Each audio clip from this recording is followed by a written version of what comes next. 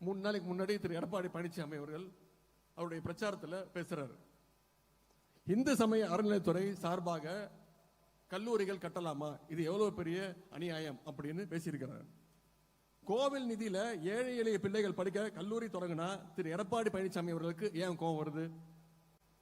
இந்து சமய அறநிலையத்துறையே இருக்கக்கூடாதுன்னு சொல்ற பாஜகவோட கூட்டணி வச்சதுனால இன்னைக்கு எடப்பாடி பழனிசாமி அவர்களும் ஒரு முழு சங்கியா மாறி இருக்காரு.